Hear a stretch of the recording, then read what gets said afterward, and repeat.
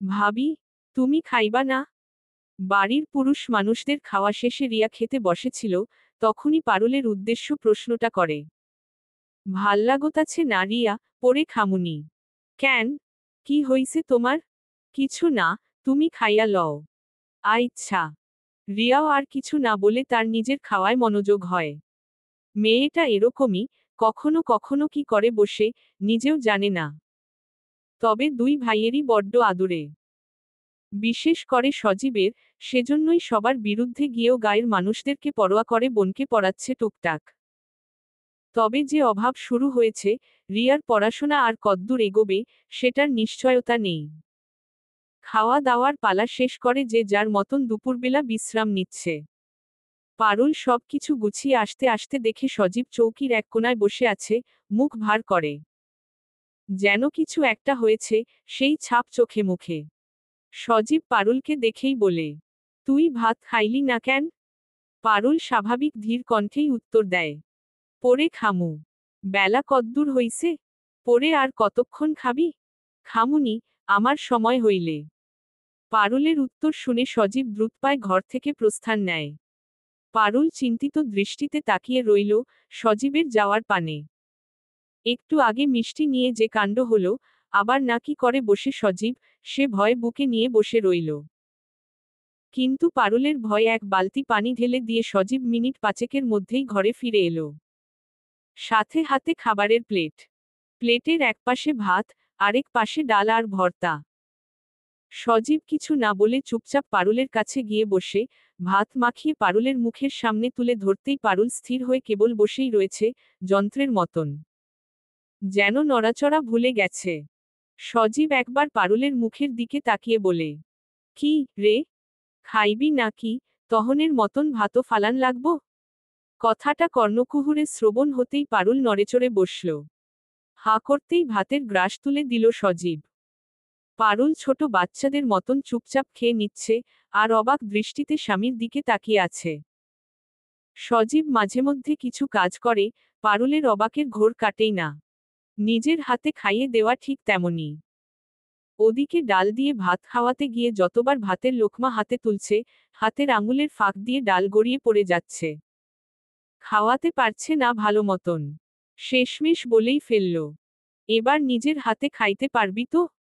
পারুল মাথা দুলিয়ে হ্যাঁ নামক উত্তর বোঝাতেই সজীব হাত ধুয়ে আসলো। পারুল তখন খাওয়ায় ব্যস্ত, মুখে না বললেও পেটে বেশ খিদেও। আমি জানি, তুই ভাত খাইতি না। হেই লাইগাই খাওয়াই দিছি। কেমনে জানেন? পারুলের প্রশ্নে সজীব মৃদু হেসে বলে, সংসার তো একদিন দুই দিনের না। পারুল সজীবের কথায় কোনো উত্তর দিল না। নিঃশব্দে খাবার শেষ করে, ধুয়ে এল প্লেট, তারপর ক্লান্ত পদক্ষেপে রুমে ফিরে বিছানার এক প্রান্তে আলগোছে শরীর রাখল। ঠিক তখনই সজীব কথা বলতে শুরু করল, কণ্ঠে অনুতপ্ত কোমলতা। তহনের লাইগ্গা আমার উপর রাগ করিস না। আসলে টেকা পয়সা নিয়া, মনটা ভালা ছিল না। পারুলের ঠোঁটের কোণে অস্ফুট এক হু শব্দ ফুটে উঠল। সেই স্বরে যেন জমে থাকা নীরব অভিমানের ছায়া স্পষ্ট। সজীব নিঃশব্দে এগিয়ে এসে তাকে আলতো করে বুকে জড়িয়ে ধরল। এই সামান্য স্পর্শেই পারুলের সমস্ত ভাঙাচোরা অভিমান গলে গেল।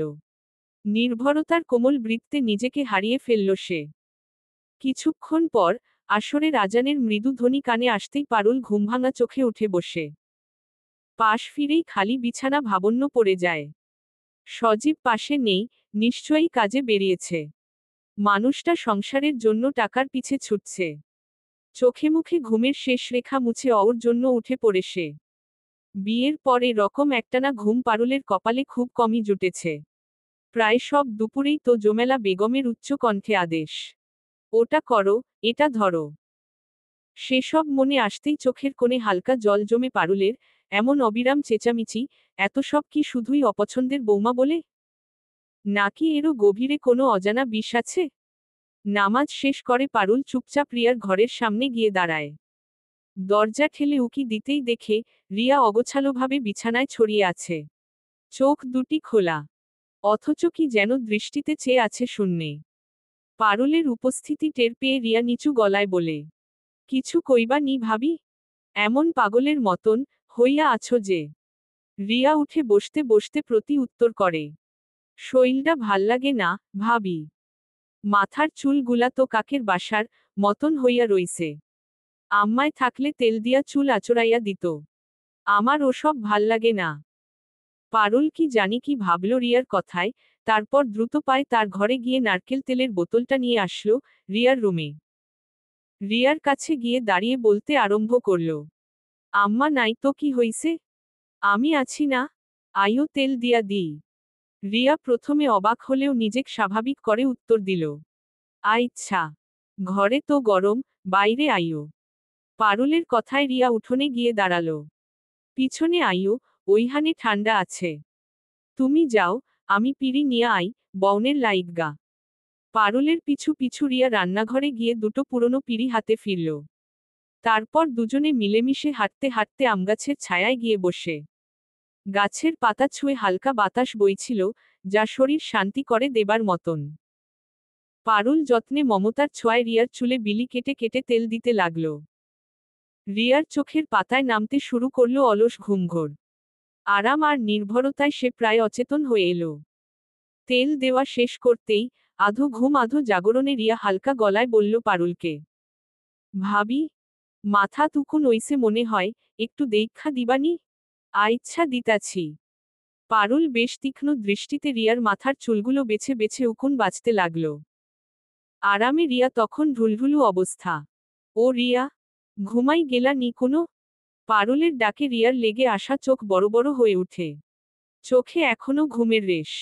কও ভাবি, আমার অহন উঠতে হইব, কাম আছে।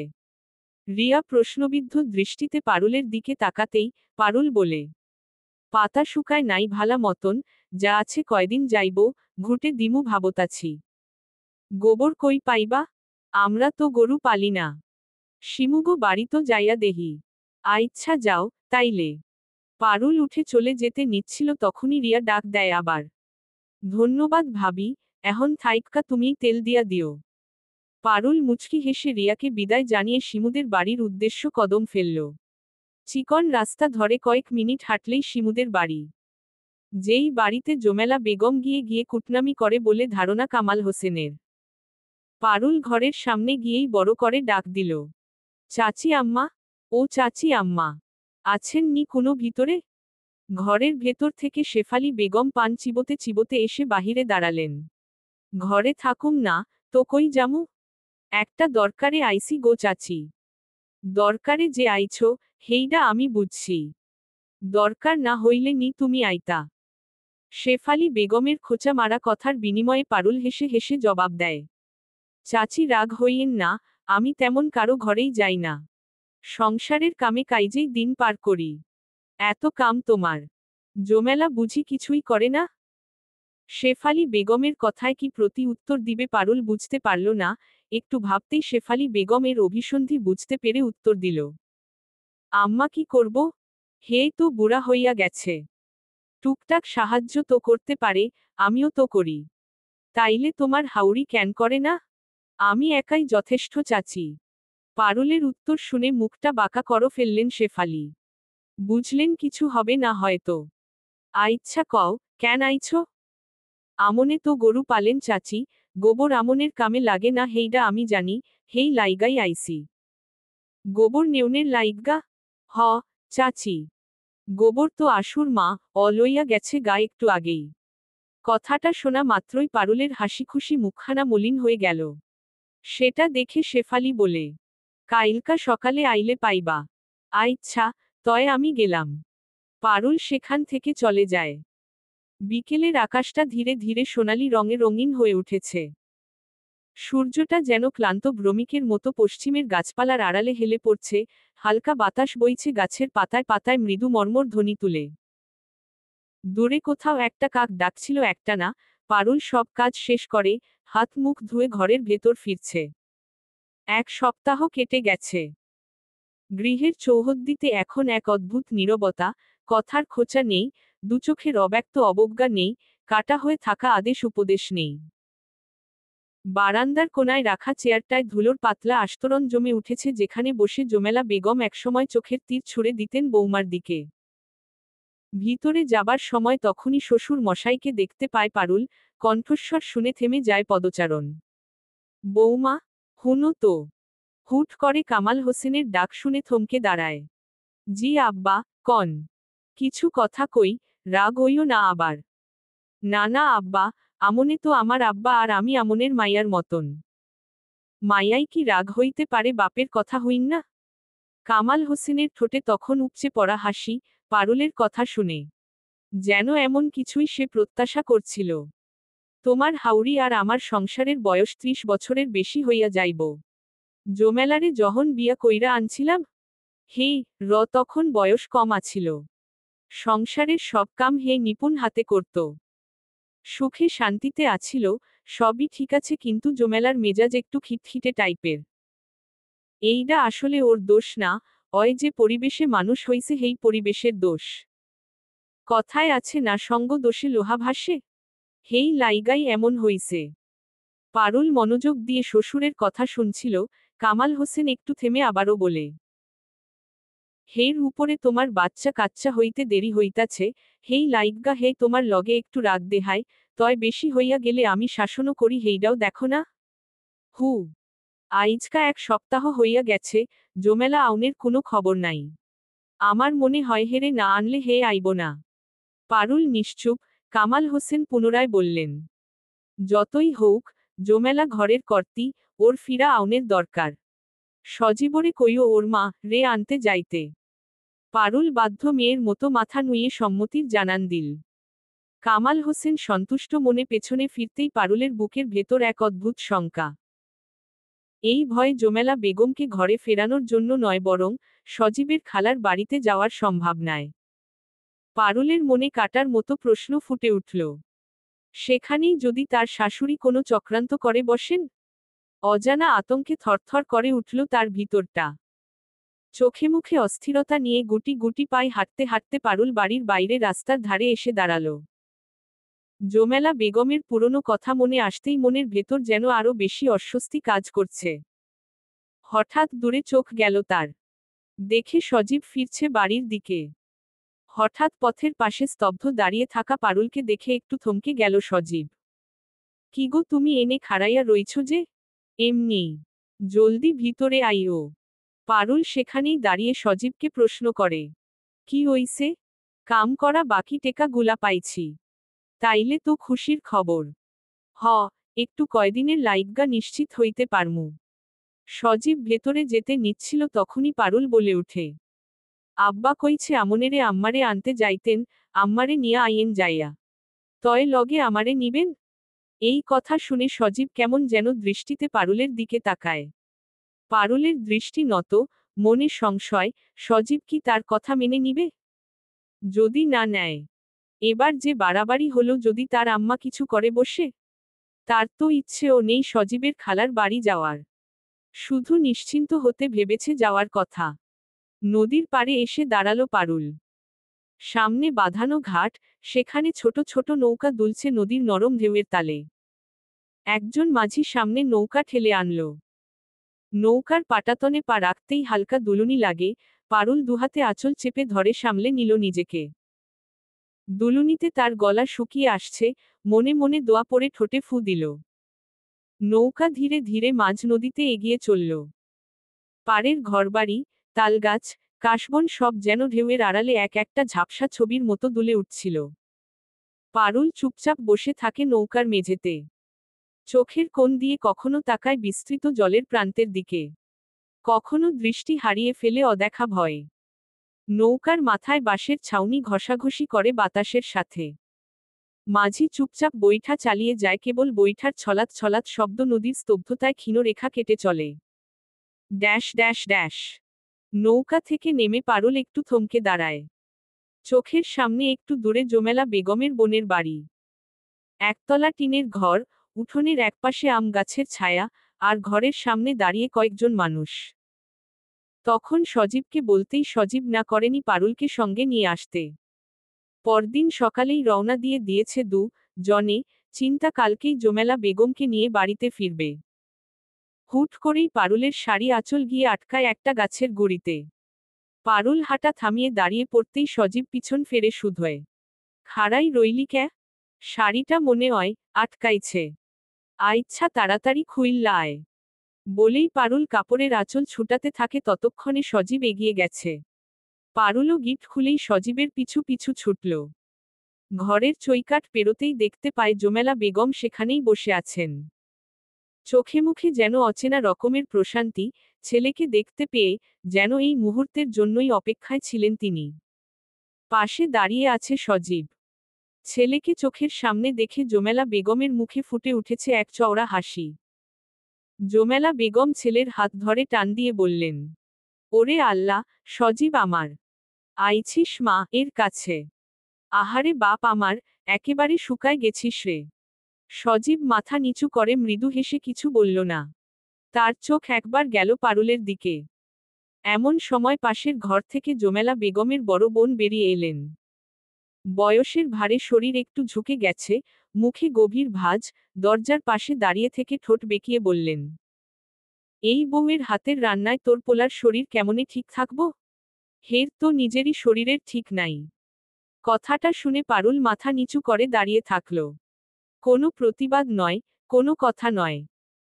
শুধু মনে হলো, মাটির বুকের নিচে যদি লুকিয়ে থাকা যেত, তবে বোধহয় এই অপমানের ভার সইতে হতো না। সে না হয় একটু চিকন, তেমন স্বাস্থ্য নেই, কিন্তু দেখতে তো এত খারাপ নয়। তার জন্য এভাবে বলতে হয়? জোমেলা বেগম তখন সজীবের মাথায় হাত বুলিয়ে বলছিলেন, চিন্তা করিস না, আম্মা সব ঠিক কইরা দিমুনে। সজীবের মুখে কিছু না বলে দাঁড়িয়ে রইল। আর পারুল, একপাশে দাঁড়িয়ে, নিজেকে আগাছার মতো অপ্রয়োজনীয় মনে হতে লাগল। সে চুপচাপ দাঁড়িয়ে থাকে, মাথা নিচু করে। তার মুখে কোনো আলোর রেখা নেই। মনের ভেতর একরাশ খারাপ লাগা নিয়ে বুঝে যায়, শাশুড়ির আনন্দের উৎস তার উপস্থিতি নয়, শুধু তার ছেলে সজীব। সেই পরিস্থিতিতে দাঁড়িয়ে পারুলের মনে হয়, সে যেন এক অবাঞ্ছিত ছায়া, যার থাকা বা না থাকা কারো চোখে কোন দাম রাখে না। সজীব পারুলের দিকে একবার তাকায়, অল্প একটু। চোখ দিয়ে সান্ত্বনার ইশারা দেয়, কিন্তু জোমেলা বেগম তার দিকে ফিরেও তাকায় না। ছেলেকে ঘিরেই তার যত আদর, যত আবেগের উচ্ছ্বাস। এই ঠান্ডা আবহে পারুলের হৃদয়ের কোণে জমে উঠতে থাকে অজস্র অব্যক্ত দীর্ঘশ্বাস। জোমেলা বেগম ছেলেকে জিজ্ঞেস করে, তোর বউরেও নিয়া আইবি, খবর দিবি না? পারুল তো কোনো সময় বড় খালার বাড়িতে আইয়ে নাই। হেই লাইগাই নিয়া আইসি। জোমেলা বেগমের বোন রাহেলা বেগম পারুলের দিকে তাকিয়ে মুখ কুঁচকে বললেন, সজীব এত শুকাই গেছে কেন? খালি নিজে সেজেগুজে থাকলেই হইবনি? পারুল নত চোখে দাঁড়িয়ে থাকে। ভেতরে ভেতরে যেন ছোট ছোট কাটার জ্বালা ছড়িয়ে পড়ে বুকের ভেতর। এত সাজগোজ কই? সে তো কেবল নতুন কাপড় আর একটা চেইন দিয়েছে গলায়, আর চুলে ফুলের খোপা, চোখে মোটা করে কাজল। এইটুকুই তো। বড় বোন আবার বললেন, জানছনি জোমেলা, আমাদের সময়ে ঘরের মাইয়ারা চুপচাপ কাজ করত। কারো সামনে চোখ তুলে তাকাইতো না। বোনের কথা শেষ হতে তৎক্ষণাৎ জোমেলা বেগম কথাটা কেড়ে নিয়ে উত্তর করে, আর এহনের মাইয়ারা তো চোখের মণি। সজীব নির্বাক, নিশ্চুপ। ঠোঁট কামড়ে ধরে পারুল, অনুভব করে তার অস্তিত্ব এখানে যেন কেবল উপহাসের পাত্র মাত্র।